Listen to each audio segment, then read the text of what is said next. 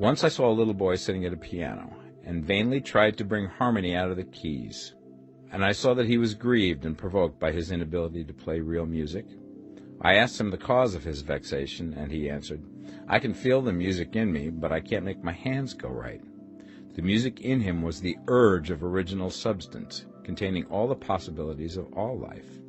All that there is of music was seeking expression through the child. God, the one substance, is trying to live and do and enjoy things through humanity. He is saying, "I want hands to build wonderful structures, to play divine harmonies, to paint glorious pictures.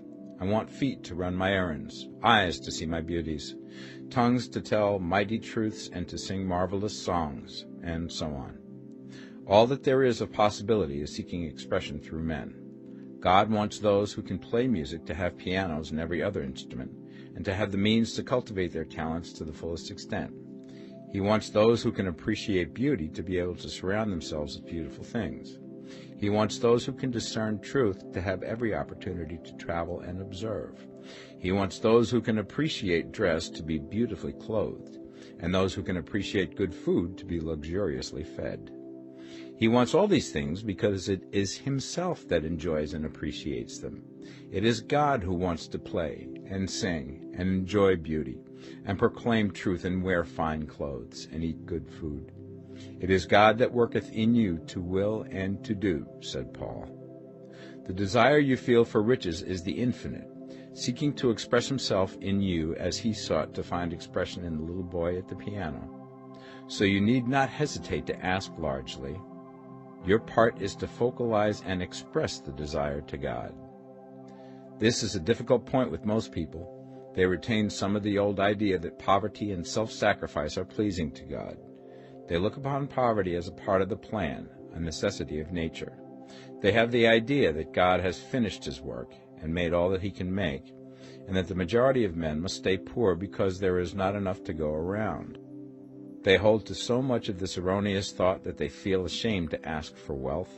They try not to want more than a very modest competence, just enough to make them fairly comfortable. I recall now the case of one student who was told that he must get in mind a clear picture of the things he desired, so that the creative thought of them might be impressed upon formless substance. He was a very poor man, living in a rented house, and having only what he earned from day to day, and he could not grasp the fact that all wealth was his. So, after thinking the matter over, he decided that he might reasonably ask for a new rug for the floor of his best room, and an anthracite coal stove to heat the house during the cold weather. Following the instructions given in this book, he obtained these things in a few months, and then it dawned upon him that he had not asked enough. He went through the house in which he lived and planned all the improvements he would like to make in it. He mentally added a bay window here and a room there, until it was complete in his mind as an ideal home, and then he planned its furnishings. Holding the whole picture in his mind, he began living in the certain way, and moving towards what he wanted, and he now owns the house, and is rebuilding it after the form of his mental image. And now, with still larger faith, he is going to get greater things. It has been unto him according to his faith, and it is so with you and with all of us.